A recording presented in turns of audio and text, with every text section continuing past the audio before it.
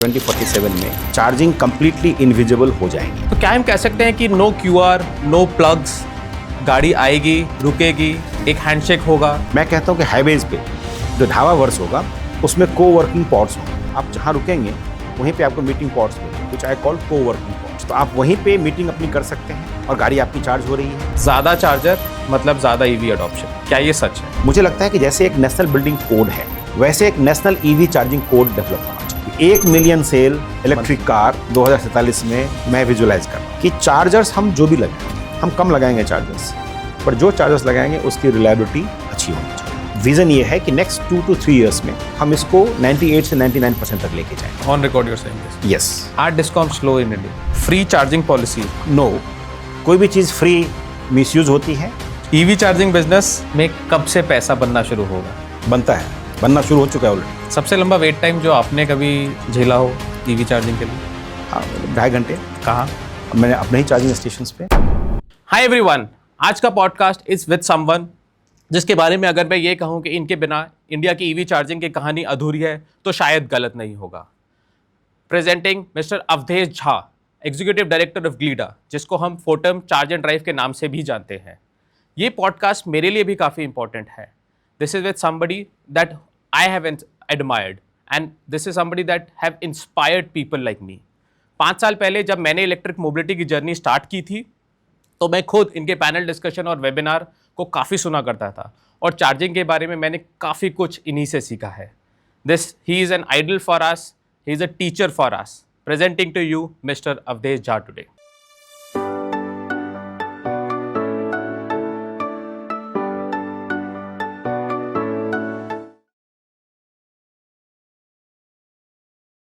तो मैं अवधेश सर आपसे पूछना चाहूँगा आपके 2047 विजन के बारे में। Thank you Priyadarshi. सो 2047 22 साल आज से, और जिस रफ्तार से चार्जिंग टेक्नोलॉजी इम्प्रूव हो रही है, जिस रफ्तार से बैटरी टेक्नोलॉजी इम्प्रूव हो रही है, मेरा विज़न है कि 2047 में पहली तो गाड़ियों की संख्या, particularly car, 1 million monthly sales होंगी, ऐसा मेरा मानना है जी। और टियर 2 टियर 3 सिटीज़ में 40 से 50% की ईवी पेनिट्रेशंस होंगी और चार्जिंग मोस्टली इनविजिबल होंगी। जब मैं इनविजिबल कहता हूँ तो एसेंशियली मैं वायरलेस चार्जिंग की बात करता हूँ, और वायरलेस चार्जिंग या तो स्टैटिक होगी या डायनामिक होगी। जब स्टैटिक की बात करता हूँ तो उस केस में टैक्सी स्टैंड्स पे, एयरपोर्ट्स पे, जहाँ पे स्टैटिक पॉड्स होंगी और व्हीकल्स आएंगी, अपने क्यू में खड़ी रहेंगी 5 मिनट, 7 मिनट, 8 मिनट के लिए, इतनी रेंज उनको मिल जाएगी कि वो दोबारा से पूरा ट्रेवल करके वापस दोबारा से आके चार्जिंग कर सकते हैं। और जब डायनामिक की मैं बात करता हूँ तो डायनामिक में अलोंग द रोड, तो while vehicle is on the move, ये चार्जिंग होती रहेंगी। तो आपको, मेरा ऐसा विज़न है कि 2047 में चार्जिंग कंप्लीटली इनविजिबल हो जाएंगी। तो क्या हम कह सकते हैं कि नो क्यूआर, नो प्लग्स, गाड़ी आएगी, रुकेगी, एक हैंडशेक होगा, गाड़ी चार्ज होगी और पेमेंट रिसीव ऑटोमेटिकली जनरेट होगी? बिल्कुल, वायरलेस चार्जिंग का कॉन्सेप्ट भी वही है। आज के डेट में वायरलेस चार्जिंग पायलट स्टेज पे है। बहुत सारे, जैसे हमारी कंपनी ने ओस्लो में मोमेंटम डायनामिक्स के साथ में एक एक्सपेरिमेंट किया था आज से करीब 4-5 साल पहले, जिसमें जगुआर लैंड रोवर जो आई-पेस, उस गाड़ियों के थ्रू ये एक्सपेरिमेंट की गई थी और उसकी जो एफिशिएंसी निकल के आई थी करीब 90% एफिशिएंसी थी फास्ट चार्जिंग में। तो करीब 85-89 किलोवाट आवर की बैटरी थी व्हीकल्स में और 75 किलोवाट का स्टैटिक पॉड था। तो ये डेमोन्स्ट्रेट हो चुका है, एफिशिएंसी भी 90% की है। इंडिया में कुछ चैलेंजेस अभी हैं पायलट पे, अभी हम पायलट भी नहीं कर पाए हैं, देयर आर चैलेंजेस, लेकिन 22 साल का समय इतना लंबा है जी कि हमें ये लगता है कि ये फिजिबल होंगी। कंप्लीटली व्हीकल अपने आप हैंडशेक करेंगी, क्योंकि इसमें कोई कनेक्शंस होना नहीं है। एक रिसेप्टर होगी व्हीकल के चैसिस के अंदर में और ट्रांसमीटर होगा जो चार्जिंग पॉड्स पे होंगी। इट्स लाइक वाईफाई, आप जैसे मोबाइल वाईफाई चार्ज करते हैं वैसे चार्ज होगी। और पेमेंट, मेरा मानना है कि पेमेंट अल्टीमेटली व्हीकल एनेबल्ड होनी चाहिए और होंगी। सो जैसे यूपीआई है जी, वैसे व्हीकल की एक complete unified vehicle payment system होगी, उसके थ्रू ये पेमेंट हो जाएंगे। क्या फास्टैग जैसा कुछ और आप कह रहे हैं? मैं फास्टैग में तो भी फिर नहीं। भी स्कैन करने की ज़रूरत होती जी। है। मैं कहता हूँ कि जैसे यूपीआई है, यूपीआई ने पूरे डिजिटल पेमेंट को एक प्लेटफॉर्म पे लेके आया जी। है, वैसे ही ईवी चार्जिंग की जो पेमेंट सिस्टम होगी वो यूनिफाइड व्हीकल इंटीग्रेटेड सिस्टम्स होंगे। वो okay.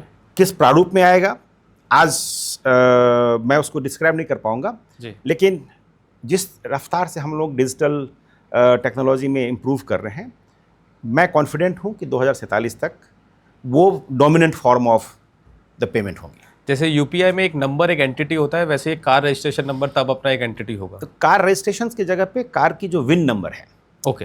Because vehicle identification number fixed है। जी, यूनिक रजिस्ट्रेशन नंबर बदल सकती हैं। अगर मान लीजिए आपने एक शहर से दूसरे शहर में गए या दूसरे स्टेट में गए, जी। तो रजिस्ट्रेशन नंबर आपका ऑप्शन है, आप चेंज कर सकते हैं, बट विन नंबर सेम रहेगा। तो win number will be the standard identifications. तो आप अगर एक इंडियन शहर में उस दिन घूम रहे हैं 2047 की अगर हम बात करें, तो दिस इज एक तो ये चीज़ हो गई कि वायरलेस चार्जिंग में, और कुछ और जो आप देख पा रहे हैं कि ईवीज़ में ट्रांसफॉर्मेशन आया है या चार्जिंग इंफ्रास्ट्रक्चर और भी कुछ बदला हुआ है? तो एक तो बहुत क्लियर है कि जिस तरह की हमारी इंफ्रास्ट्रक्चर बढ़ रही हैं, जिस तरह की रोड हम डेवलप कर रहे हैं, और जो विज़न हमारी कंट्री का है 2047 में विकसित भारत का, जी। तो उसमें जो कंज्यूमर का जो कन्वीनियंस है, जी। क्योंकि कंज्यूमर की कन्वीनियंस, कंज्यूमर के पेशेंस नहीं है कि मैं 1 घंटे 2 घंटे तक किसी स्टेशन पे रुकूं। जी।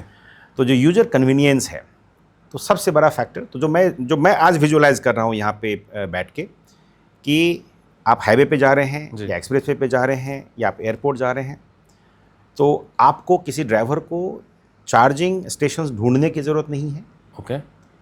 वो जहाँ भी जाएंगे उनको चार्जिंग मिलेगी, मोस्टली वायरलेस चार्जिंग के थ्रू मिलेगी, जिससे उनकी लाइफ बहुत आसान होगी और कम्यूटर्स को कोई इनकन्वीनियंस नहीं होगा, कोई हैसल्स नहीं होगा।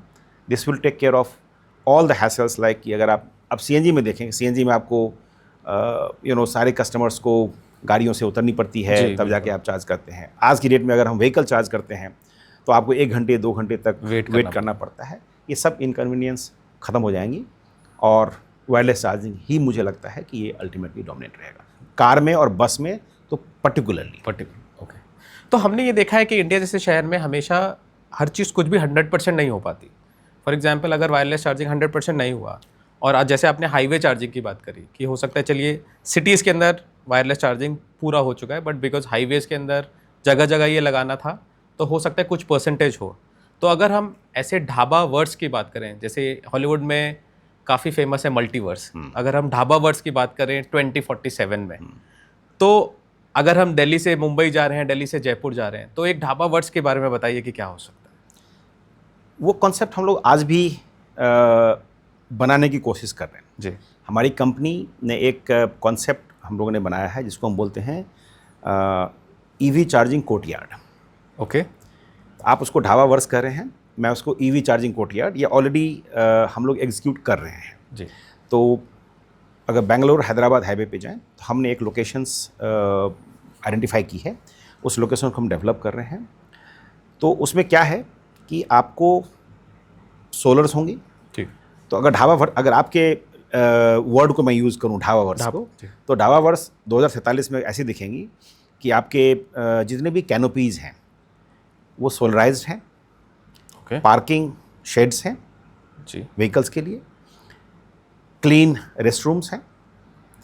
इंटरेस्टिंग चीज़ है कि चार्जिंग की साउंड आपको नहीं सुनाई पड़ेगी, बैकग्राउंड में चार्जिंग हो रही है, मोस्टली वायरलेस चार्जिंग हो रही है स्टैटिक पॉड पे। और सबसे बड़ी बात जो वहाँ पे हम लोग जो इन्विसेज कर रहे हैं और जो मुझे लग रहा है कि वो होगा, वो को-वर्किंग पैड्स और पॉड्स बोलते हैं, को-वर्किंग पॉड्स। जैसे अभी आप को-वर्किंग स्पेस की बात करते हैं। जी जी बिल्कुल। तो को-वर्किंग स्पेस आपके शहर में है। जी। मैं कहता हूँ कि हाईवेज़ पे जो ढाबा वर्स होगा उसमें को-वर्किंग पॉड्स होंगे, कि जब आप ट्रैवल कर रहे हैं तो आपको ये कंस्ट्रेंट नहीं रहेगा कि अच्छा मुझे मीटिंग करनी है कहीं और जाके। जी। आप जहाँ रुकेंगे वहीं पे आपको मीटिंग पॉड्स मिलेंगी, which I call coworking pods. Okay, वाह। तो आप वहीं पे मीटिंग अपनी कर सकते हैं और गाड़ी आपकी चार्ज हो रही है, जी। एंड पूरी रिन्यूएबल एनेबल्ड चार्जिंग हो रही है। तो ढाबावर्स का मेरा कॉन्सेप्ट ये है, ये मैं विजुलाइज कर रहा हूँ। और उसकी एक तरह से आप कहें प्रारूप हम लोग उस स्केल पे नहीं, लेकिन छोटे स्केल पे हम लोग प्लान कर रहे हैं कि बेंगलोर से हैदराबाद के बीच में हाईवे पे हम इसको एग्जीक्यूट करें। ओके, तो हो सकता है हम इसको अगले 4 साल 3 साल या उनसे पहले ही हम देख पाए। हाँ, तो सारे और एलिमेंट हो उसको और बड़ा वर्जन कुड बी 25। हाँ, तो सारे एलिमेंट हो सकता है कि कोवर्किंग पॉड्स इमीडिएटली वहाँ पे हम ना एस्टैब्लिश कर पाएँ, बिकॉज शुरुआती दौर में आपको इन्वेस्टमेंट भी काफ़ी करनी पड़ती है। लेकिन जब हम 2047 की बात करते हैं तो मेरे हिसाब से ये नॉर्म हो जाएगा कि आप जब हाईवे पे चल रहे हैं तो ढाबावर्स बनेगा और उसमें सोलराइज्ड कैनोपीज़ होंगी, पार्किंग शेड्स होंगी, क्लीन रेस्टरूम्स होंगे, अनलाइक जो आज की डेट में आपको मोस्टली ढाबा पे नहीं मिलते हैं। क्लीन रेस्टरूम्स होंगी एंड कोवर्किंग पॉड्स। ये मेजर एक चेंज होगा जिससे लोगों को कंप्लीट फ्रीडम मिलेगी कि आप कहीं भी जाएं, कहीं भी प्लान करें, तो आपको ये नहीं कि आज मेरी बिजनेस मीटिंग है तो मैं ये ट्रैवल नहीं कर सकता हूँ जी। आप उसको इंटीग्रेट कर लेंगे अपने रूटीन डेली लाइफ। ऐसे तो आप होटल बिजनेस का पूरा बिजनेस ठप कर रहे हैं। नहीं, होटल बिजनेस का अपना अलग मॉडल है। ये सिर्फ ये है कि आप जो वायरलेस चार्जिंग में भी जो 10 मिनट 15 मिनट आधा घंटा आप रुकेंगे जी, उसमें अगर आपके पास और कोई आपकी मीटिंग है या शेड्यूल्स हैं तो आपको फ्लेक्सिबिलिटी मिलेगी। तो होटल की बिजनेस नहीं खत्म होगी, रादर वो उनको सपोर्ट करेगा in the long term. Because dhaba पे अगर आप होटल रखते हैं तो हो सकता है कोवर्किंग पॉड्स उनके कोलैबोरेशंस में बने जी। तो ये एक डिफरेंट बिजनेस मॉडल बन के निकल के आएगा। क्या बात है, काफ़ी अनोखी सोच है ये। तो ये सब होने के लिए अगर हम देखें तो बिहाइंड द सीन्स क्या चल रहा होगा, पर्दे के पीछे की कहानी, कैसे ये पॉसिबल हुआ? दो चीज़ मुझे लगता है कि इम्पॉर्टेंट है इसके लिए। एक तो व्हीकल टू ग्रिड जी, व्हीकल टू ग्रिड ज़रूरी है बिकॉज अगर हम रिन्यूएबल्स की बात करते हैं, बिकॉज मैं 2047 में ये इमेजिन नहीं कर रहा हूँ कि हम लोग अभी भी ईवी को जो फॉसिल बेस्ड ग्रिड एनर्जी है वहाँ से हम उसको सब ड्राइव करेंगे जी। तो कम्प्लीटली रिन्यूएबल एनेबल्ड होगा। उसके लिए V2G बहुत इंपॉर्टेंट है जी। और V2G जिस तरीके से ग्लोबली काफ़ी हद तक ये मैच्योर हो चुका है, DC में भी और AC में भी ये हो चुका है और ये डिमॉन्स्ट्रेट मोर और लेस आप देखेंगे कि अगले 3 साल 4 साल 5 साल में इंडिया में भी कुछ आपको V2G दिखने लगेंगे। तो V2G will be the important catalyst behind the scene. एक तो वो होगा। एक लाइन में डिफाइन करें आप V2G? व्हीकल टू ग्रिड, जिसमें हमारे दर्शकों के लिए, हाँ, जिसमें जब दिन के टाइम में सोलर आपको एक्सेस जनरेट हो रही है और आपकी कंजम्पशंस नहीं हो रही हैं और आपके रोड्स पे millions and millions and millions electric vehicles हैं with high power battery of 60-70 kilowatt hour की बैटरीज हैं, तो ये आपके वर्चुअल पावर प्लांट हैं। सो ये एब्जॉर्ब कर लेंगे उस एक्सेस एनर्जी को जी। और शाम को या जब कभी भी आपको ज़रूरत है यही बैटरी वापस पावर को ग्रिड में सप्लाई कर सकते हैं जी। तो ये हो गया एक ग्रिड का जो बैकएंड पे चल रहा है, सब कुछ रिन्यूएबल होगा। और कुछ इसमें जो पर्दे के पीछे की कहानी है जो यूज़र को समझनी चाहिए, कुछ लोड बैलेंसिंग और Tier 1 Tier 2 Tier 3, क्या सबके लिए ये सब मुमकिन हो पाएगा? हाँ, सो Tier 2 Tier 3 में ज़्यादा रेलिवेंट होगा क्योंकि वहाँ पे अभी भी 24/7 सप्लाई नहीं होती है जी। तो वहाँ पे एक तरह से अगर आप कहें कि माइक्रो ग्रिड बनेंगी तो वहाँ पे व्हीकल टू ग्रिड और रेलिवेंट हो जाता है। तो व्हीकल टू ग्रिड मुझे लगता है कि उस टाइम पे behind the scene major story होगी, मेजर नैरेटिव होगी। ओब्वियसली वायरलेस चार्जिंग वो एक बिहाइंड द सीन है, आपको नहीं दिखेगा जी। ऐसे भी चार्जर्स हमको दिखते हैं, बड़े बड़े चार्जर्स हमको दिखते हैं जी।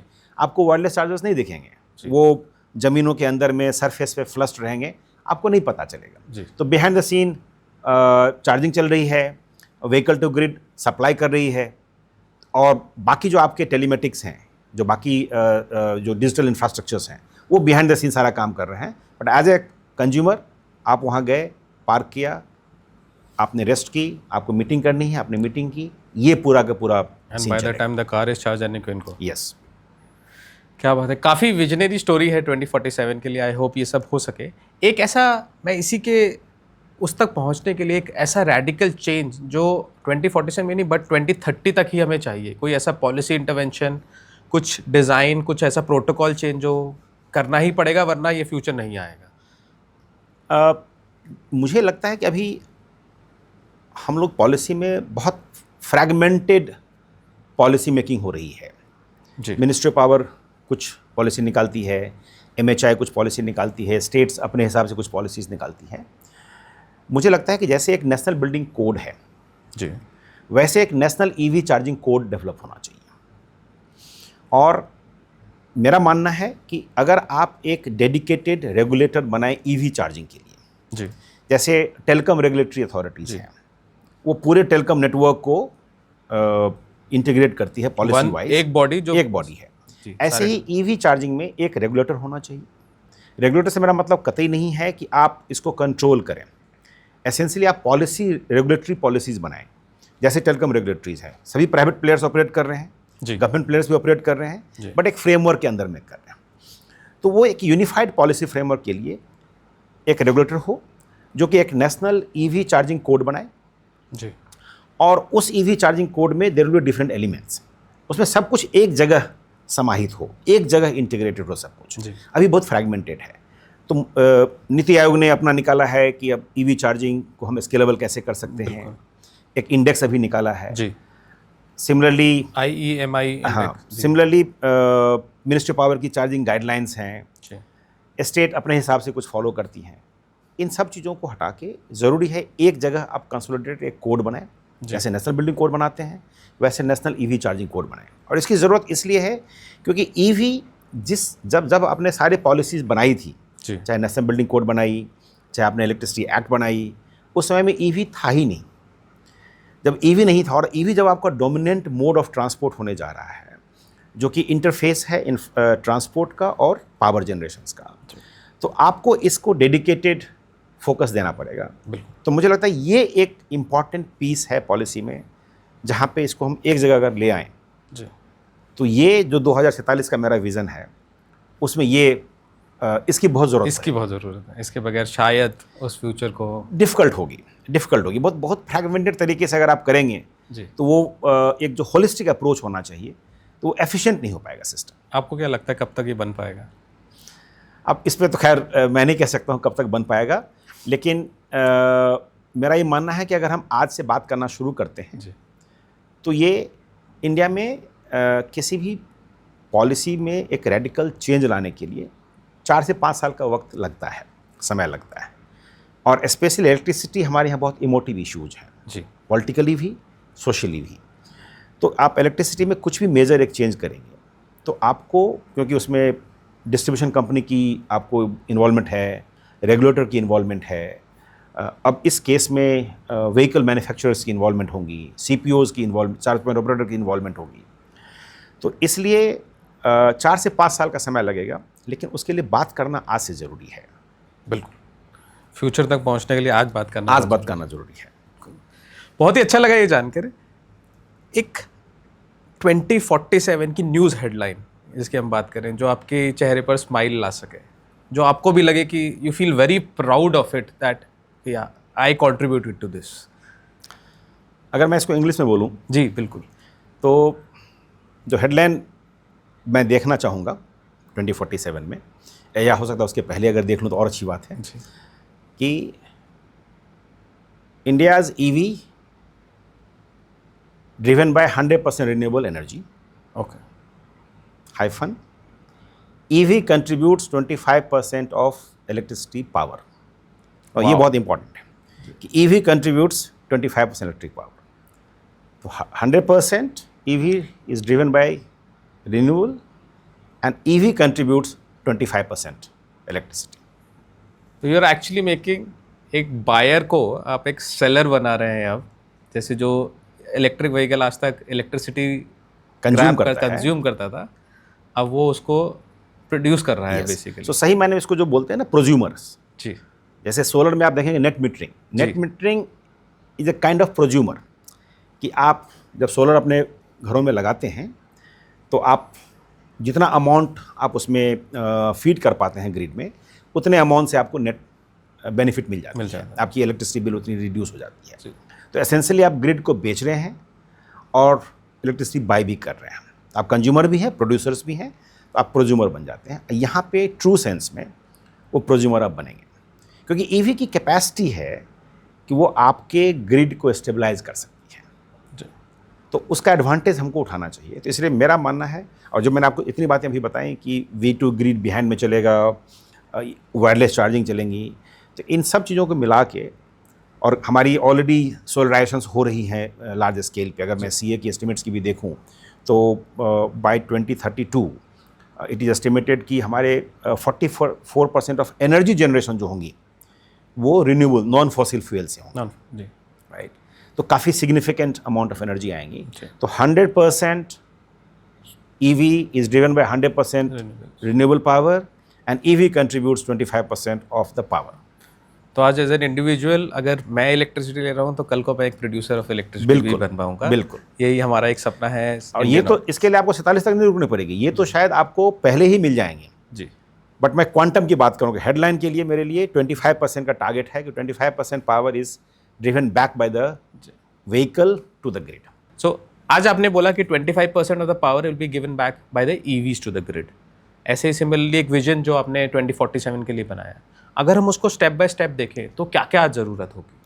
देखिए, पहली चीज़ तो अपने को grid, first of all grid हमें इम्प्रूव करने की ज़रूरत है।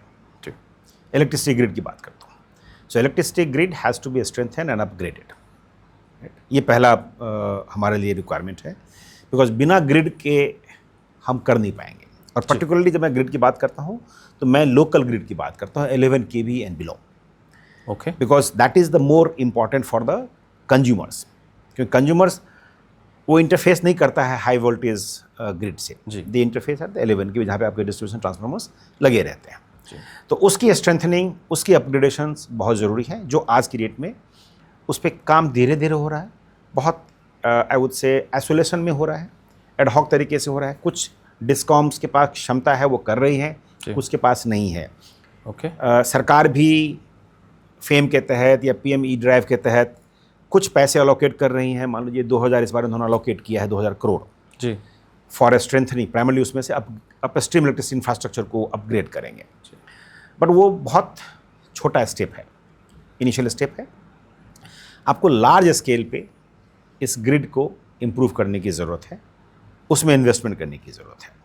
तो पहला चीज़ तो वो इम्पॉर्टेंट है। तो सिर्फ 11 kV ही क्यों? 33 kV, 66 kV, इन सब की बात हम क्यों नहीं? प्राइमरली बिकॉज आपकी जो EV की नॉर्मली चार्जिंग कहाँ होंगी, सिटीज़ में अगर होंगी तो मोस्टली 11 kV से सप्लाई आती है। बिल्कुल, सिटीज़ में बहुत रेयरली 33 kV से सप्लाई जाती है। बिल्कुल। जब आपकी रिक्वायरमेंट बहुत ज़्यादा हो जाती है, 5 MVA 10 MVA, तब आप 33 kV की बात करते हैं। हाईवेज पे आपको 33 kV पॉसिबिलिटीज़ हो सकती हैं, जहाँ मेगा हब्स वगैरह की जरूरत है। बट जनरली 33 kV के जो सिस्टम्स होती हैं बड़े रोबस्ट हैं। 11 kV है जहाँ पे डिस्ट्रीब्यूशन कंपनीज के जुरिस्डिक्शन में वो है प्राइमरली, और डिस्ट्रीब्यूशन कंपनी इंडिया में traditionally, particularly the government distribution company की फिजिकल हेल्थ बहुत अच्छी नहीं रही है जी। तो उन्होंने उस इंफ्रास्ट्रक्चर को अपग्रेड नहीं किया है। ओके, तो आपके ट्रांसफार्मर्स अपग्रेड नहीं किए गए हैं। 50 किलोवाट के KVA के ट्रांसफार्मर्स मोस्टली आप देखेंगे बहुत सारे शहरों में, जैसे हैदराबाद आप चले जाएं तो 50-52 KVA के ट्रांसफार्मर प्रीडोमिनेंट हैं, राइट। आपको इसमें वो सब चीज़ों को अपग्रेड करनी पड़ेगी, इसलिए मैं 11 kV की बात कर रहा हूँ। 33 kV एंड अबव वो मोर और लेस चीज़ें बहुत स्ट्रीमलाइंड हैं, रोबस्ट हैं, वहाँ आपको बहुत प्रॉब्लम नहीं आएगी। मेजर प्रॉब्लम आएगी 11 kV में, तो वो एक इम्पॉर्टेंट है। जो सेकेंड, अगेन आई सेड कि रेगुलेशंस में अगर आपका जब नेशनल EV चार्जिंग कोड ये बनेगा, ये एक रेगुलेटरी फ्रेमवर्क डायरेक्शंस देंगे। आपको एंसिलरी सर्विसेज से रिलेटेड रेगुलेशंस करने पड़ेंगे, बिकॉज आप अगर इलेक्ट्रिसिटी एब्जॉर्व करके ग्रिड में वापस कर रहे हैं तो वो फ्रिक्वेंसी के इश्यूज आएंगे। तो इस सब के तहत रेगुलेशंस होनी चाहिए। आपने जैसे कहा कि हम EV चार्जिंग बेच सकते, मतलब एनर्जी बेच सकते हैं, तो एनर्जी बेचने के राइट्स हमको मिलने चाहिए जी, जो अभी नहीं हमारे रेगुलेशंस में, राइट। आप नेट मीटरिंग कर रहे हैं, लेकिन इफेक्टिवली अगर मैं आपको बेचना चाहूँ तो मैं नहीं बेच पाता हूँ, बिकॉज वो रेगुलेशंस अलाउ नहीं करता है। इलेक्ट्रिसिटी सेल मैं नहीं कर सकता हूँ बिना लाइसेंस के। तो ये जो इलेक्ट्रिसिटी रेगुलेशंस हैं, ये एक नेशनल EV चार्जिंग कोड बनेगी, उसके तहत ये रेगुलेटरी रिफॉर्म्स होने बहुत ज़रूरी हैं। और जो थर्ड इम्पॉर्टेंट पार्ट है, जब हम ढाबा वर्स की बात कर रहे थे, लोकेशंस की बात कर रहे थे, तो जो मैं उसमें कोवर्किंग पॉड्स की बात कर रहा था, तो इन सब चीज़ों की लोकेशंस की जो आइडेंटिफिकेशंस हैं कि कौन सी लोकेशंस पे जाएंगी, ट्रैफिक से कैसे मैच करेगा, तो एक प्रेडिक्टेबल यूटिलाइजेशंस का ग्रोथ और उसकी जो मैट्रिक्स है वो हमको पता होनी चाहिए। तो ये सब चीज़ें जब मिलेंगी तब जाके हम इस विजन को अचीव कर पाएंगे। तो कितने number of vehicles, electric vehicles होंगे तब तक, और कितना megawatt of power would be required और gigawatt of power would be required, any हाँ, अप्रोक्सीमेशन? मेरा जो एस्टिमेशन है कि आज की डेट में देखिए, अगर हम देखें तो टोटल करीब करीब last year 4.2 million cars sale हुई थी। मैं सबकी बात कर रहा हूँ, including petrol, diesel and electric vehicle. और आज हम 25 में हैं और 2047 की बात करते हैं। अगर मैं 7% का भी ग्रोथ लूँ जी, 7% का ग्रोथ लूँ, एक थंब रूल है कि रूल ऑफ 72, मतलब जितना परसेंट ग्रोथ है जी, अब 72 को डिवाइड कर दीजिए तो उतने साल में वो डबल हो जाता है। ओके, ठीक है, तो 72 को अगर आप 7 से डिवाइड कर दें तो अप्रॉक्सीमेटली 10 साल की बात जी, करें। तो अगर आज मैं 4.2 मिलियन, इट मीन्स महीने में हम कितने कार सेल कर रहे हैं? करीब करीब 3 लाख। 3 लाख, जी, 3 लाख से थोड़ा ठीक सा है, ज़्यादा होगा। 3 लाख से 3.5 लाख मान जी, लीजिए। जी, जी, तो 3.5 लाख मैं कार सेल कर रहा हूँ। और अगर 10 साल में डबल हो रही है, 7% का ग्रोथ मैं लेके चल रहा हूँ, CAGR में 7% ले रहा हूँ, तो 3.5 लाख 7 लाख हो जाएगा। जी, और अगले 10 साल में वो 7 का 14 हो लाख, जाएगा, जी, तो 14 लाख हो जाएंगे।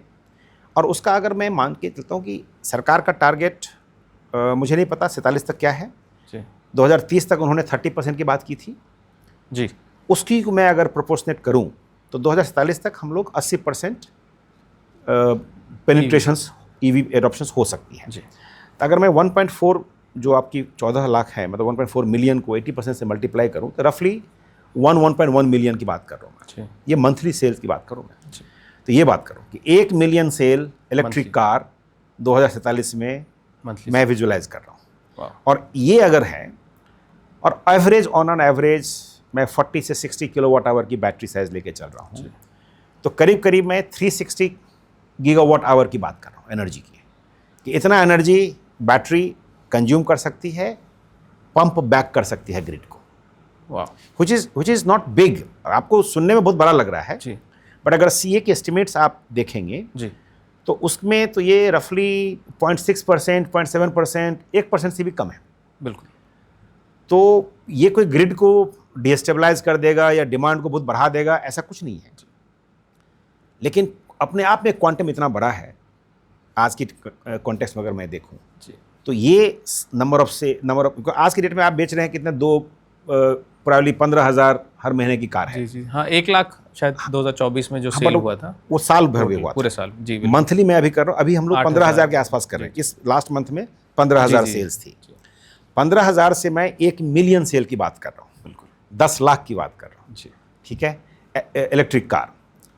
तो ये विज़न है और मेरे हिसाब से ये विज़न डुएबल है। कोई इसमें मुझे कोई चैलेंज नज़र नहीं आ रही कि नहीं हो सकता है। सो जो ये अडॉप्शन रेट हम बात कर रहे हैं, जो 5,000 लास्ट ईयर था महीने की सेल, वो इस साल उसी महीने में 15,000 हो गया है। तो उस हिसाब से अगर देखा जाए तो यस, आई थिंक वो कहीं पे जाके अचीवेबल होगा। तो काफ़ी अच्छा विजन था ये, and step by step guide also जो वहाँ तक हमें पहुँचे जाएगी। बट हर चीज़ तक पहुँचने के लिए काफ़ी सारे रोड ब्लॉक्स, बैरियर्स हम हमेशा देखते हैं और कुछ होते भी हैं। तो क्या है वो सबसे मजबूत बैरियर्स या सबसे बड़े रोड ब्लॉक्स जो सामने खड़े हैं और हमें आगे नहीं बढ़ने देंगे? जैसे मैंने पहले भी कहा, इलेक्ट्रिसिटी इंफ्रास्ट्रक्चर, जी, EV की एडॉप्शन, EV स्केल होगा, वो नेचुरल है। जी, लेकिन इलेक्ट्रिसिटी इंफ्रास्ट्रक्चर सबसे बड़ा बॉटलनेक बनेगा अगर हमने ग्रिड को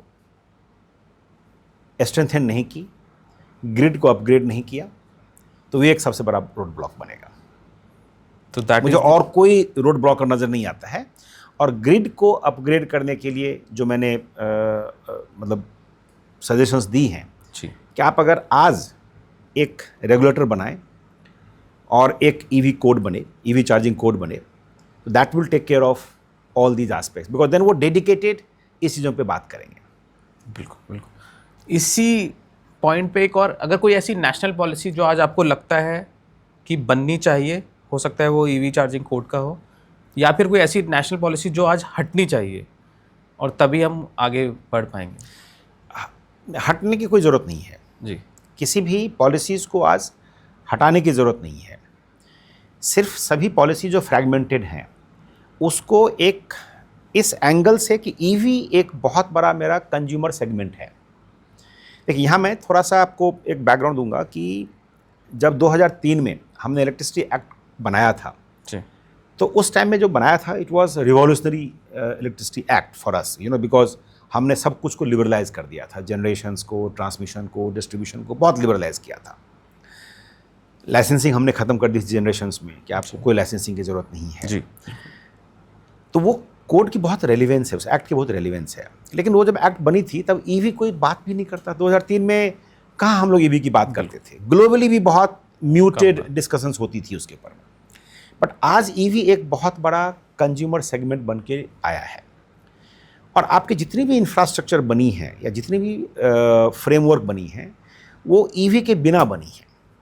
तो उस पॉलिसीज़ को आपको सप्लीमेंट करने की ज़रूरत है और वो इसलिए मुझे लगता है कि और उसमें जो रेगुलेटर्स हैं या जो डिस्कॉम्स हैं उनको जो काम कर रहे हैं वो करने दें, बिकॉज लोगों को रिलायबल पावर 24/7 चाहिए जी। वो प्राइमरी रिस्पॉन्सिबिलिटीज रहेंगी डिस्ट्रीब्यूशन कंपनीज की, रेगुलेटर्स की वो प्राइमरी रिस्पॉन्सिबिलिटीज रहनी चाहिए जी।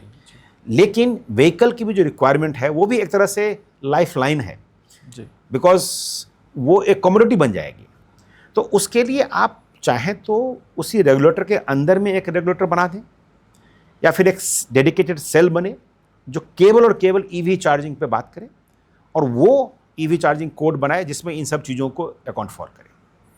बिल्कुल, वो प्राइमरी रिक्वायरमेंट इसलिए भी बन जाएगी क्योंकि अब यूज़र ही है जो इलेक्ट्रिक कार भी यूज़ कर रहा है, डेली यूज़ कर रहा है। तो एक और रिक्वायरमेंट है, जैसे घर में भी इलेक्ट्रिसिटी चाहिए तो मुझे इलेक्ट्रिक कार भी अब चलानी है। हाँ, तो मैं भी कह रहा हूँ उसमें क्या ना एग्जैक्टली भी कह रहा हूँ कि अभी तक जो पूरा इलेक्ट्रिसिटी कॉन्सेप्ट है हमारा वो फिक्स्ड कनेक्शंस पे कॉन्सेप्ट है कि कंज्यूमर फिक्स्ड लोकेशंस पे है। अब मैं इस बिल्डिंग में बैठा हूँ, ये बिल्डिंग फिक्स्ड है जी। यहाँ एक इलेक्ट्रिसिटी कनेक्शंस आई, एक बार आ गई, फिक्स हो गई। बट जब मैं इलेक्ट्रिक व्हीकल की बात करता हूँ तो एसेंशियली कंज्यूमर हम और आप नहीं हैं। कंज्यूमर कौन है? इलेक्ट्रिक व्हीकल है, क्योंकि बैटरी उसमें फिटेड है। बैटरी को एनर्जी चाहिए और वो कंज्यूमर मूव कर रहा है, वो दिल्ली से चंडीगढ़ जा रहा है, दिल्ली से जयपुर जा रहा है। तो ये जो मूवेबल कंज्यूमर है, ये इलेक्ट्रिसिटी एक्ट में मूवेबल कंज्यूमर का कॉन्सेप्ट नहीं है। तो आपको मूवेबल कंज्यूमर को अकाउंट फॉर करने के लिए कि उसकी क्या रिक्वायरमेंट है, और वो रिक्वायरमेंट मेगावाट में आ रही है। आप बस स्टेशन की बात करेंगे, आप हाईवे पे बात करेंगे तो वहाँ पे मेगावाट स्केल के चार्जिंग स्टेशन आएंगे। तो ये जो रिक्वायरमेंट है इसको लिए आपको डेडिकेटेड पुश करना पड़ेगा और उसके लिए अभी से बात करनी पड़ेगी। और ग्लीडा का क्या कमिटमेंट है? हमने देखा ग्लीडा के ऑलमोस्ट 1000 चार्जर्स हैं इंडिया में आज। तो ग्लीडा का नेक्स्ट 24 मंथ्स के लिए क्या कमिटमेंट होगा इसी विजन को पाने के लिए? दो चीज़ें हैं। हमारे लिए सबसे इम्पॉर्टेंट है कंज्यूमर की ईज, कंज्यूमर का ट्रस्ट, वो इम्पॉर्टेंट है। और कंज्यूमर की ट्रस्ट कहाँ से बिल्ड होती है? कंज्यूमर की ट्रस्ट बिल्ड होती है कि चार्जर आप कितना भी लगा दें, अगर चार्जर रिलायबल नहीं है तो कंज्यूमर के लिए वो कोई मायने नहीं रखता है। बिल्कुल, हमने कई रिपोर्ट्स पढ़ी होंगी कि कुछ कंपनियों ने 5000 चार्जिंग पॉइंट्स लगा दिए हैं, हाईवेज के अलॉन्ग लगाए हैं। It's a fantastic achievement. But उसमें से 60%, 70%, 80% चार्जर्स अवेलेबल नहीं रहते, चल ही नहीं रहे जी। तो ये कंज्यूमर के लिए बहुत बड़ा एक मिसट्रस्ट का रीज़न है। तो एज ए ग्लीडा शुरू से हमारी फिलॉसफी रही है, नॉर्डिक में भी हमने ये एक्सपीरियंस किया था और हम उसी को रेप्लिकेट यहाँ करना चाहते हैं कि चार्जर्स हम जो भी लगाएं, हम कम लगाएंगे चार्जर्स, बट जो चार्जर्स लगाएंगे उसकी रिलायबिलिटी अच्छी होनी चाहिए। तो हम लोग का जो विज़न है कि नेक्स्ट आज की डेट में हमारे जो CCS चार्जर्स हैं, जनरली 60 किलोवाट, 120 किलोवाट, 200 किलोवाट, उसको हम लोग आज अपार्ट फ्रॉम ग्रिड हम 93-94% अप टाइम अचीव कर पा रहे हैं। Okay, right. हमारी विज़न ये है कि नेक्स्ट 2 to 3 ईयर्स में हम इसको 98 से 99% तक लेके जाएं। Very nice, on record you are saying this? Yes, okay, 98 to 99% ये हमारा टारगेट है कि हम लेके जाएं। And that I am talking of including the grid. So grid की फेलियर है तब भी हम इसको उस लेवल पे लेके जाएं, तो obviously that would require some backup powers to be created, the battery storage to be created, but consumer convenience and consumer trust is primary for us, and इसलिए इस अप टाइम को 93 से 98-99% पर ले जाने का टारगेट हम लोग का है। Very nice. Good to know actually. अगर another 3 years we will see 98% uptime for all Glida chargers in India. Yes. तो अब हम जाते हैं अपने नेक्स्ट सेगमेंट में। ये मेरा फेवरेट सेगमेंट है एंड आज मैं काफ़ी खुश हूँ कि आज यहाँ बैठे हैं बिकॉज 2019-2020 में जब मैंने अपनी इलेक्ट्रिक मोबिलिटी जर्नी शुरू करी थी तो मैं काफ़ी बार आपके वेबिनार, आपके पैनल डिस्कशन सुना करता था एंड इट वाज अमेजिंग। तो जब सीखने की बात आती थी तो आपके जो एक्सप्लेनेशन डिटेल्ड और वेरी सिंपलिस्टिक टर्म में, तो वो बहुत जल्दी ग्रास्प पाते थे। तो मैं बोलूँगा कि you have been my teacher, you have been an inspiration for people like us. Thank you. And it's been very great to have you on this show. And आपसे बेहतर शायद कोई और नहीं होता। आज इस सेक्शन में जो जिसका नाम है reality reboot, we want to bust some myths around EVs. Okay. तो सबसे बड़ा लोगों का एक क्वेश्चन रहता है, ज़्यादा चार्जर मतलब ज़्यादा ईवी अडॉप्शन, क्या ये सच है? ये सही है, शुरुआती दौर में बिल्कुल सही है। देखिए, अगर मैं अंग्रेज़ी में बोलूँ तो you do not wait for traffic to build the bridge. हम ये वेट नहीं करते हैं कि ट्रैफिक आएंगी उसके बाद मैं पुल बनाऊंगा। जी। तो you create the infrastructure, basically infrastructure. Similarly आपको कोई स्ट्रीमिंग वीडियो बिना फाइबर के तो बनती होती नहीं है। जी। जब तक फाइबर नहीं होगी तब तक वीडियो स्ट्रीमिंग नहीं हो सकती है। Same thing applies on the chargers. और ये कंसिस्टेंट हम लोगों का व्यू 2016 से रहा है, जब से हमने इस इंडस्ट्री को इवैल्यूएट करना शुरू किया है कि charging network has to be built first, it has to proceed the sale of car and the car sales will automatically happens. तो ये इनिशियल फेज में बिल्ड फेज होता है, इसमें आपको इन्वेस्टमेंट इंफ्रास्ट्रक्चर में करनी पड़ेगी। जी। लेकिन ऑब्वियसली यूटिलाइजेशन भी लो रहेंगी बिकॉज नंबर ऑफ व्हीकल्स कम है।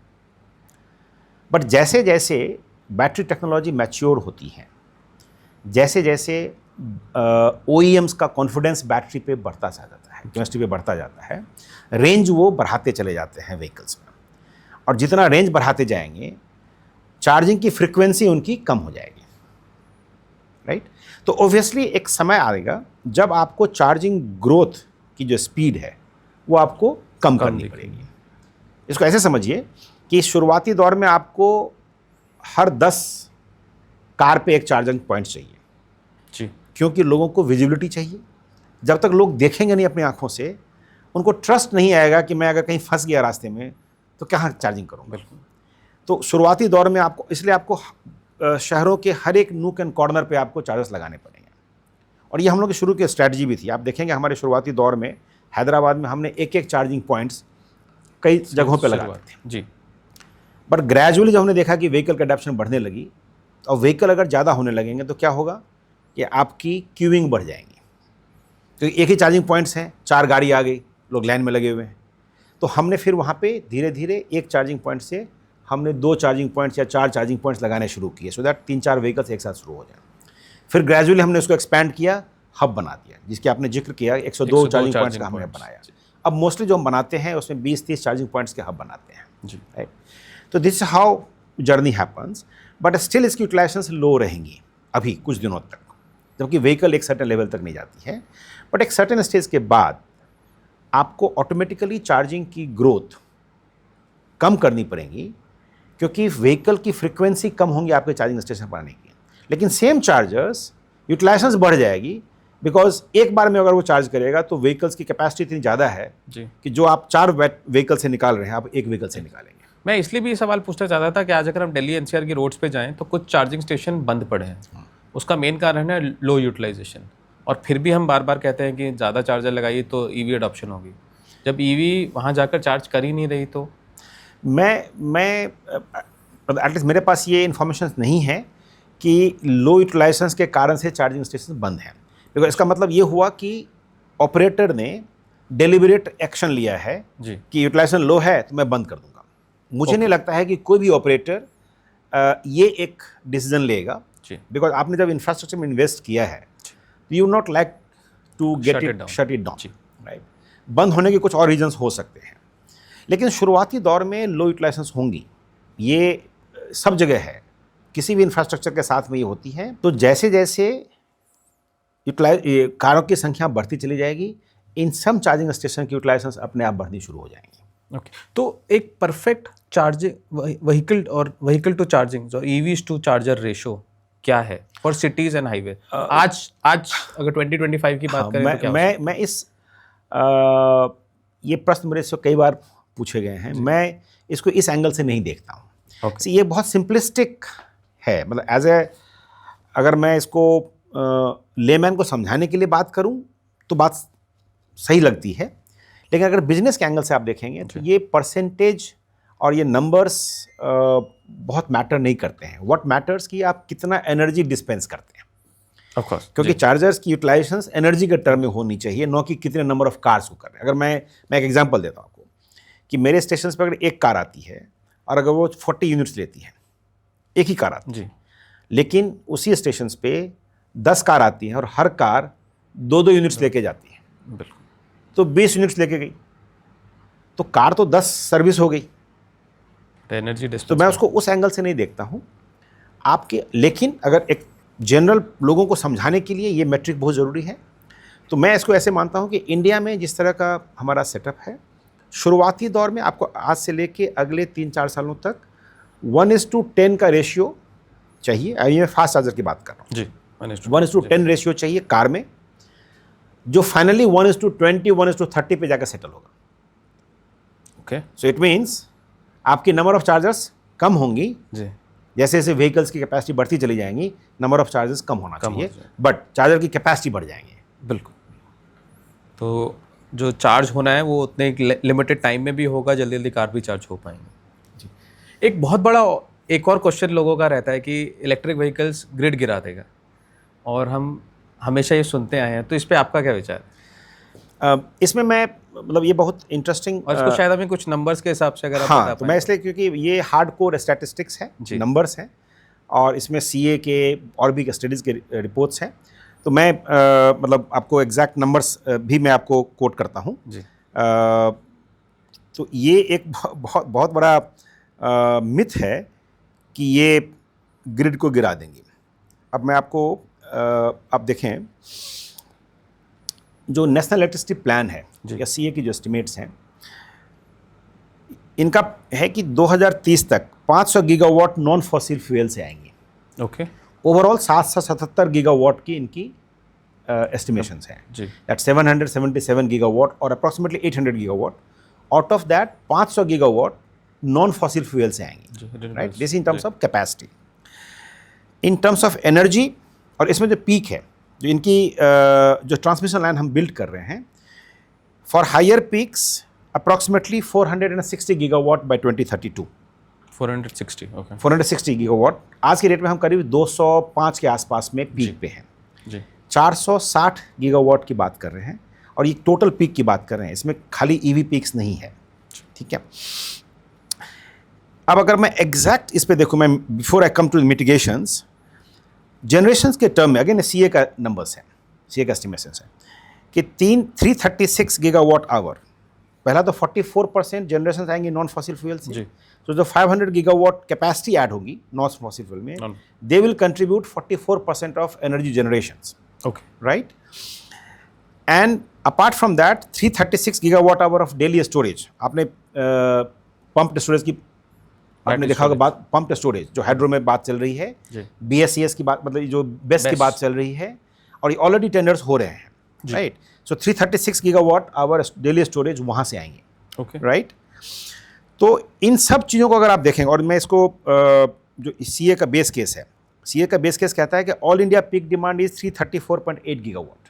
Okay, now visualise transmission capacity is being built for 460 gigawatt peak, और हमारी पीक डिमांड होगी 334, राइट? नाउ एनर्जी रिक्वायरमेंट जो हमारी होंगी वो होंगी 2279.7 बिलियन यूनिट्स, ओके, राइट? और मैंने आपको बताया था कि जो EV की जो रिक्वायरमेंट होगी, इन अगर आप 2047 की बात करते हैं, ये तो मैं 2030 की बात कर रहा हूँ, उस समय में 360 gigawatt hour, nothing. So that includes 0.6 to 0.7% of the energy requirement, right? Aggressive case ले लेता हूँ, RMI ने आयसा और आरएमआई ने जो एस्टिमेट की है, मैं अगर उसको भी बेसिस बना लेता हूँ, तो उनके हिसाब से रफली 3% energy would be required by the EV from the grid. 3%, okay. तो रेंज क्या है? 0.7% टू 3%। Okay. अगर गवर्नमेंट उससे भी एस्टिमेट ज़्यादा 0.7%, ये 3%, तो ग्रिड आपकी बहुत रोबस्ट इससे तो है, नहीं गिरेगा। कोई प्रॉब्लम नहीं होनी है। कहाँ प्रॉब्लम होगी? जो मैंने पहले बताया था 11 kV ला लें, जो डिस्ट्रीब्यूशन ग्रिड की सिस्टम्स है वहाँ पे प्रॉब्लम होगी, बिकॉज अब डिस्ट्रीब्यूशन जो ट्रांसफार्मर्स की कैपेसिटी लिमिटेड है। अब वहाँ पे आप चैलेंज कहाँ से आएगी? रेजिडेंशियल चार्जिंग से चैलेंज आएगी, ऑफिस चार्जिंग से चैलेंज आएगी। क्यों? क्योंकि ये एक पर्टिकुलर ट्रांसफार्मर्स पे मल्टीपल व्हीकल्स एक साथ प्लग इन हो जाएंगे उसी टाइम पर। उसी टाइम पे। वो एक पीक जो जनरेट करेगा, लोकलाइज्ड पीक, वो ज़्यादा प्रॉब्लमेटिक है। तो उसके लिए क्या इंपॉर्टेंट है कि आप रेजिडेंशियल चार्जिंग को time of the day tariff के थ्रू लोड शिफ्ट करें। शिफ्ट कर दें जी। 60% लोड आप शिफ्ट कर सकते हैं। ओके। और उसके लिए हम लोगों ने एक पायलट रन की है बेंगलोर में। मैन्युफैक्चरर से हम बात कर रहे हैं कि dynamic load balancing capable AC chargers लाया जाए। ओके। उसका काम ये रहेगा कि वो AC chargers dynamic load balancing capable होगी, इन द सेंस आपकी जो एग्जिस्टिंग मीटर्स हैं उसी मीटर में ये सिस्टम लगेंगी। जनरली रात को आप पीक देखेंगे, इंडियन पीक कब होती है? शाम को होती है जी। जब आप एसी ऑन करते हैं, या समर में आप किसी और का अप्लायंसेज यूज़ करते हैं, या विंटर में आप गीज़र ऑन करते हैं जी। तो उस समय में इसको आप अगर वो जो डायनामिक लोड बैलेंसिंग वाला सिस्टम्स हैं वो आपकी डोमेस्टिक रिक्वायरमेंट को पढ़ेगा, और जो बैलेंस पावर होगी वही सिर्फ चार्जर को सप्लाई करेगा। और रात में जब आपकी लोड कम हो जाती है, डोमेस्टिक लोड, फिर जो एक्सेस पावर है वो उसको सप्लाई करेगा। तो आपको ये जो डायनामिक लोड बैलेंसिंग है एसी चार्जिंग्स में, होम चार्जिंग में, वर्क प्लेस चार्जिंग में, वो ये लगवानी पड़ेंगी। तो आप टीओडी के थ्रू लोड शिफ्टिंग करें, सीपीओ से स्मार्ट चार्जिंग और लोड बैलेंसिंग मैनेज चार्जिंग की बात करें, ये एक सोल्यूशंस है। पब्लिक चार्जिंग में आप लोड शिफ्टिंग नहीं कर सकते हैं, बिकॉज आप रात को 12 बजे पब्लिक चार्जिंग स्टेशन पे नहीं जाओगे चार्ज करने के लिए। बिल्कुल। बट होम चार्जिंग में ये हो सकती है, और वही कल्प्रिट होगा पीक डिमांड को लोकल ट्रांसफार्मर में इंक्रीज करने की। So it's not the total quantum, but it's more of the peak. जब एक साथ जब चार्ज कर रहे हैं तब जो प्रॉब्लम आ सकता है, तब ये also at the local level, not at the national grid level. एक और चीज़ है जो कहते हैं कि DC fast charging kills batteries, तो क्या ये भी सच है?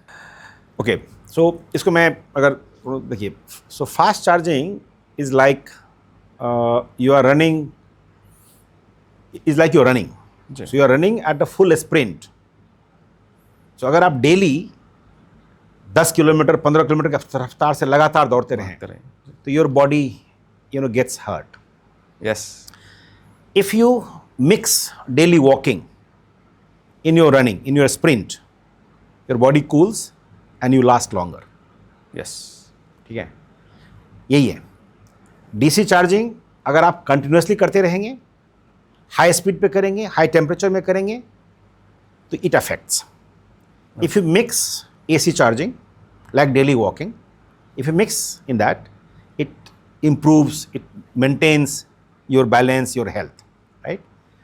तो डीसी चार्जिंग अफेक्ट करता है, बट सिग्निफिकेंटली अफेक्ट करता है नहीं।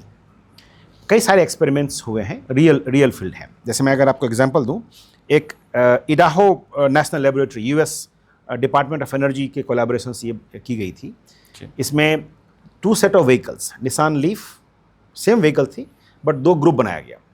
एक set of Nissan leaf which was done only for DC charging with 50 kilowatt, और एक सेट ऑफ निसान लीफ जो केवल एसी चार्जिंग की गई। इनको 50,000 माइल्स, यूएस में माइल्स होती है, तो 80,000 किलोमीटर रन की गई। एक को कम्प्लीटली डीसी पे, एक कम्प्लीटली एसी पे। क्या डिफरेंस आया?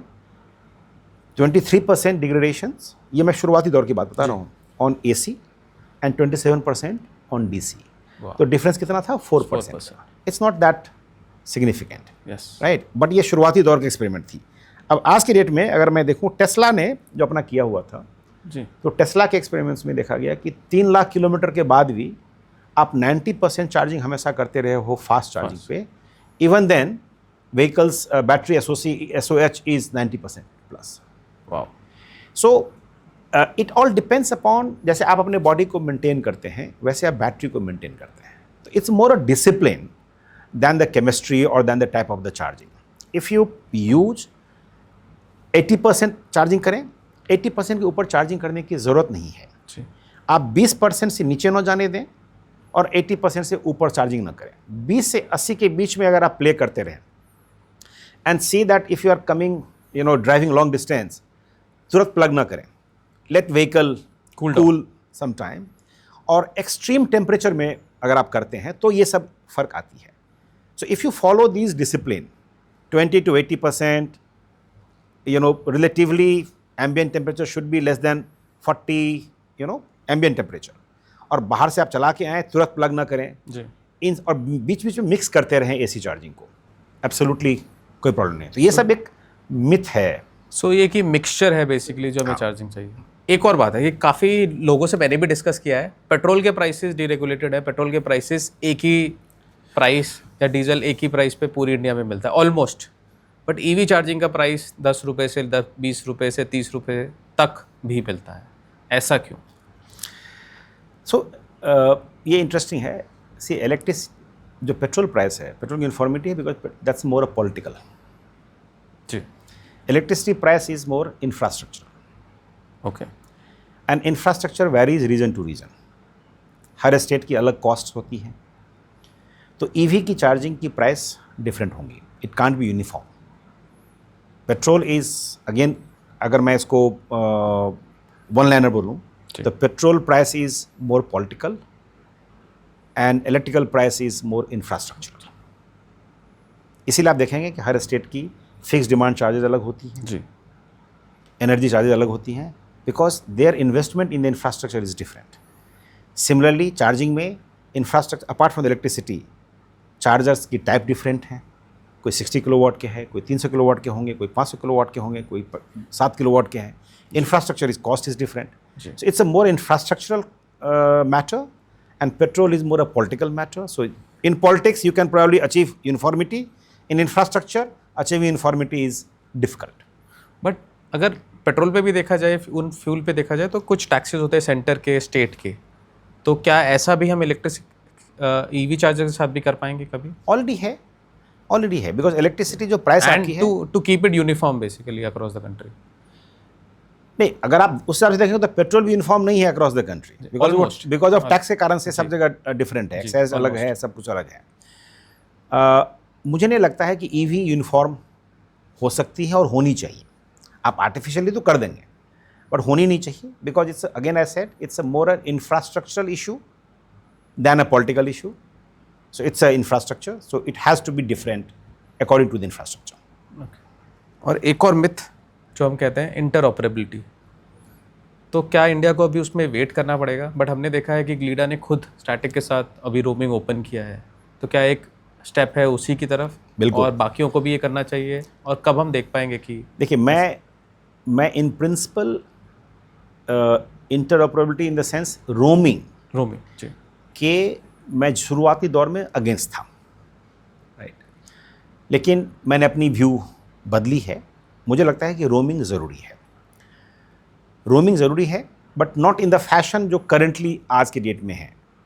कि आज के डेट में भी रोमिंग क्या है कि हम लोगों ने स्टैटिक के साथ किया है because we are trying to reduce the different apps. But ultimately the scenario which I visualise, जो मैं 2047 की बात कर रहा हूँ, roaming more from the point of view of कि कोई भी गाड़ी हो वो किसी भी चार्जर पे जाके चार्ज हो सके. बिल्कुल जी. ये पहला फंडामेंटल नियम है.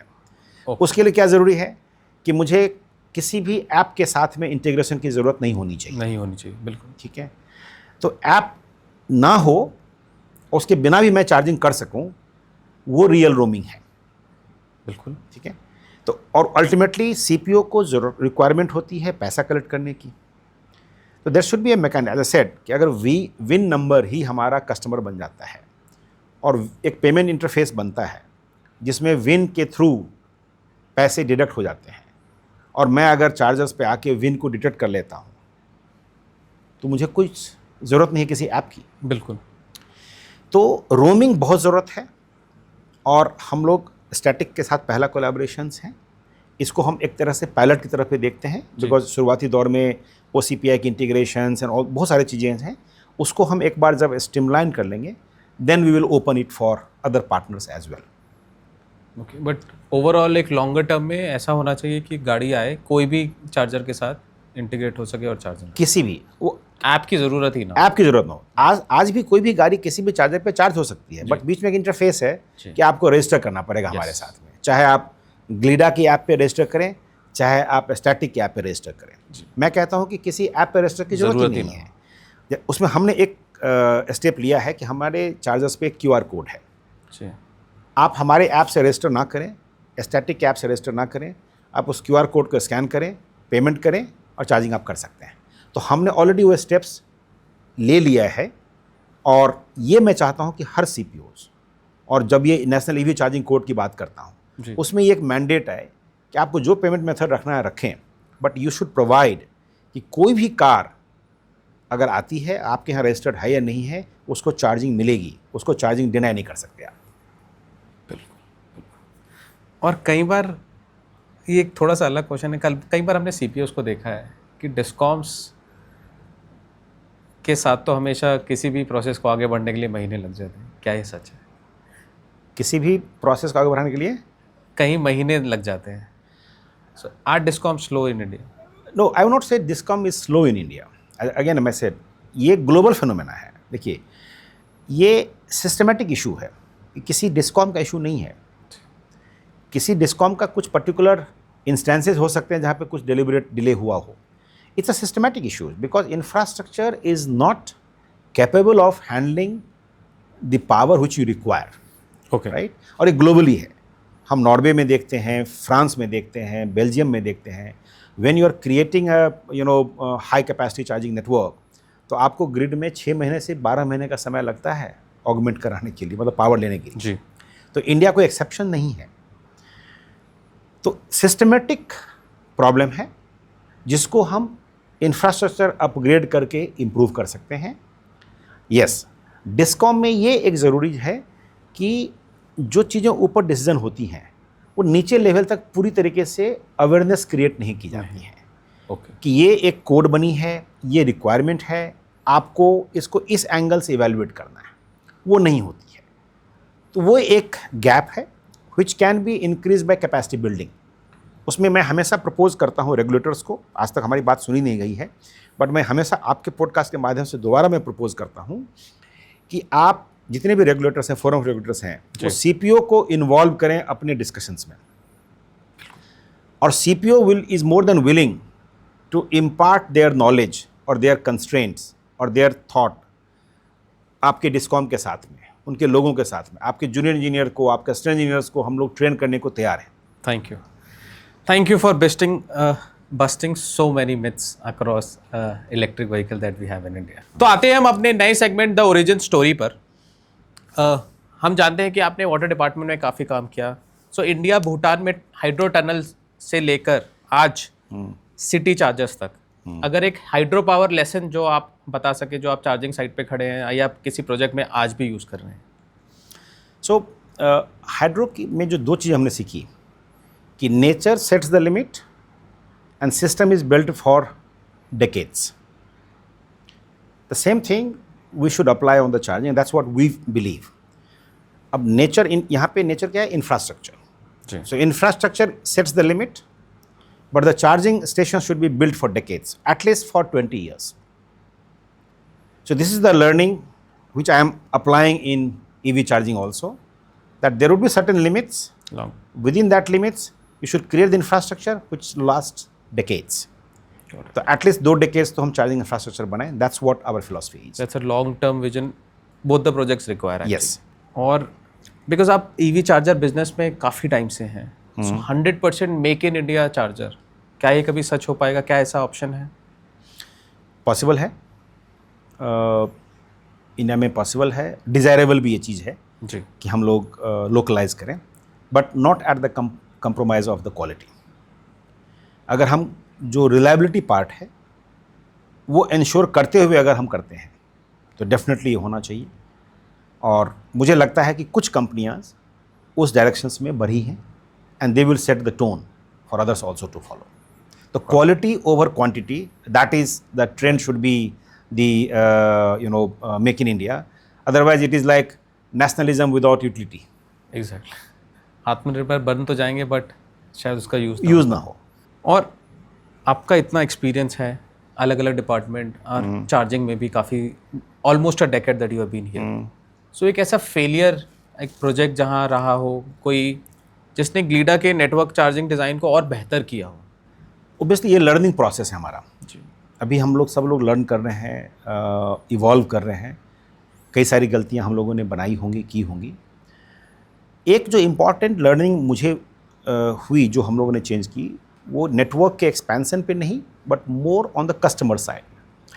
हम लोग शुरू में मिनट बेस्ड प्राइसिंग करते थे. Minute based, time based pricing. It was not KWH based pricing. हमने उसको चूँकि नॉर्वे में हम लोग करते थे, फिनलैंड में करते थे, हमने उसको रेप्लिकेट किया. ओके. करीब करीब 6 महीने हमने चलाया, साल भर चलाया उसको. वो एक, मुझे लगता है कि वो बहुत अच्छा सबक हमें दे के गया, लर्निंग दे के गया कि मिनट बेस्ड प्राइसिंग इंडिया में बहुत फिजिबल नहीं है as a mainstream pricing model.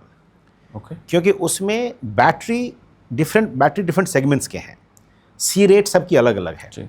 जिसकी कम सी रेट है वो ज़्यादा पे करेगा पर KWH, और जो फास्ट सी रेट है वो सेम KWH के लिए कम पैसा पे करेगा. तो this had created a discrimination between the two set of EV users. तो वो हमारे लिए बहुत अच्छी लर्निंग थी और हमने उसको बंद कर दिया और हम KWH प्राइस पे मूव किए.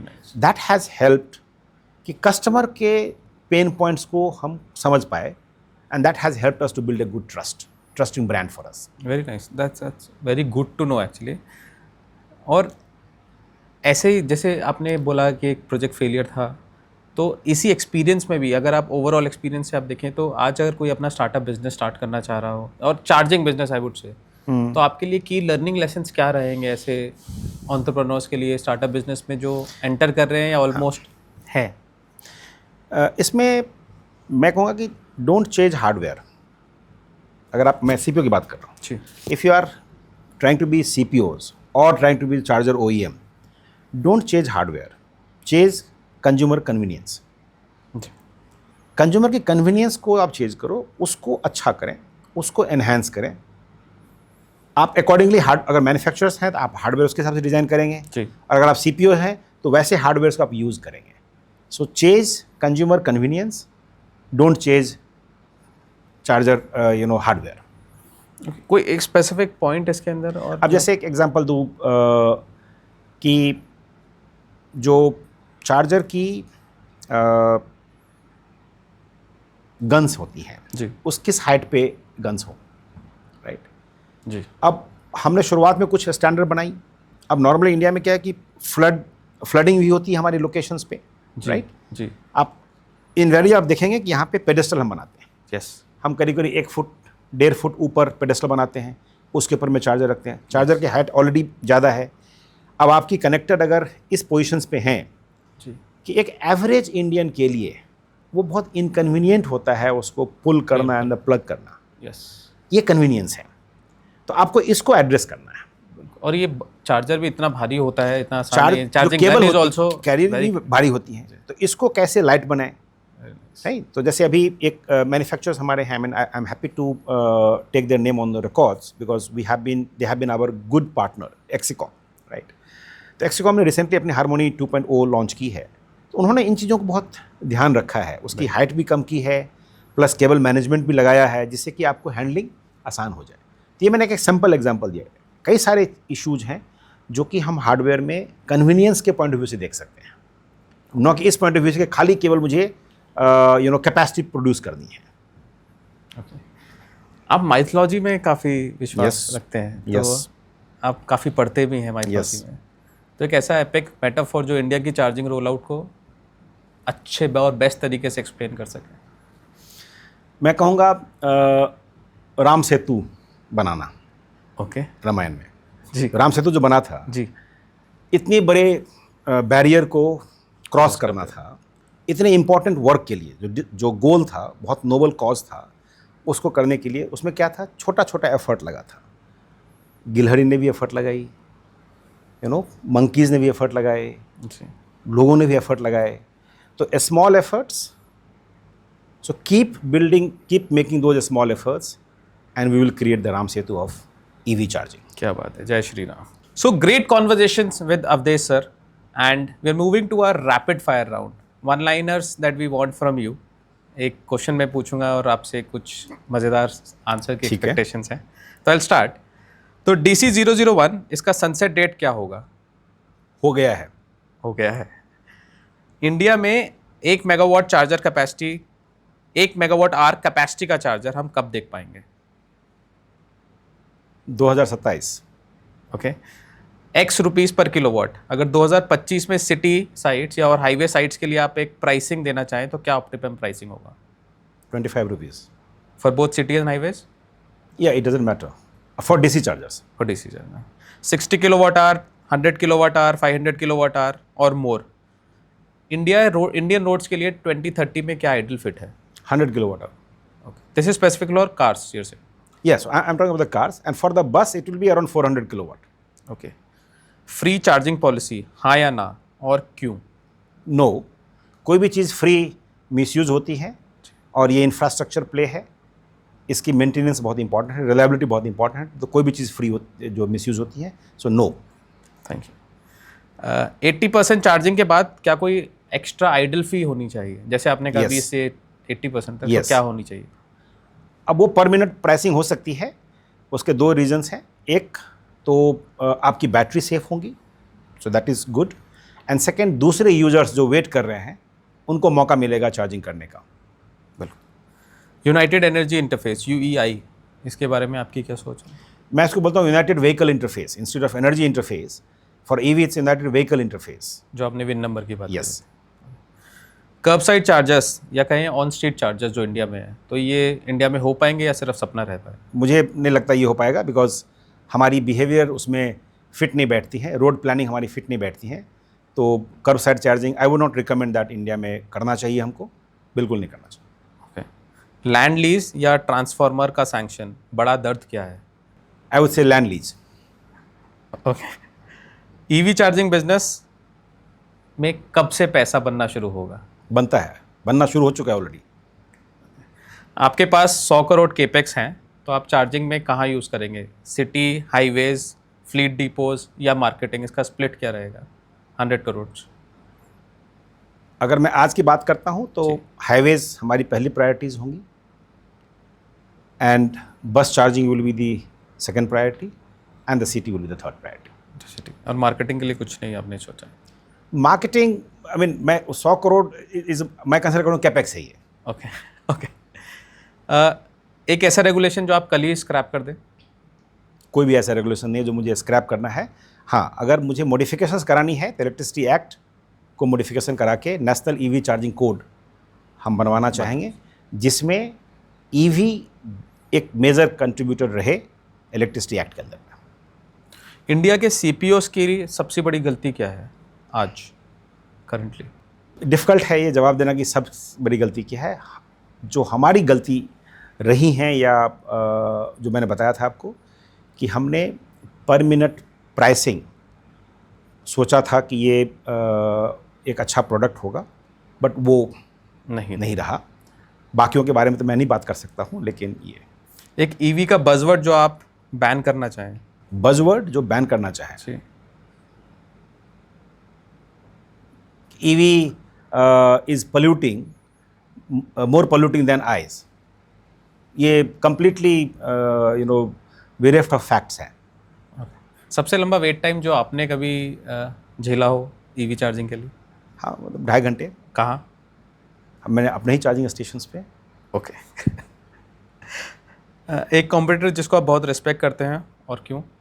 अब ये आंसर मैं नहीं दूंगा, इसलिए क्योंकि फिर दूसरे नाराज़ हो जाएंगे. तो बिकॉज हम सब के साथ कोलैबोरेट करके काम करते हैं, तो सभी कॉम्पिटिटर हमारे लिए इक्वली रेस्पेक्टेबल है.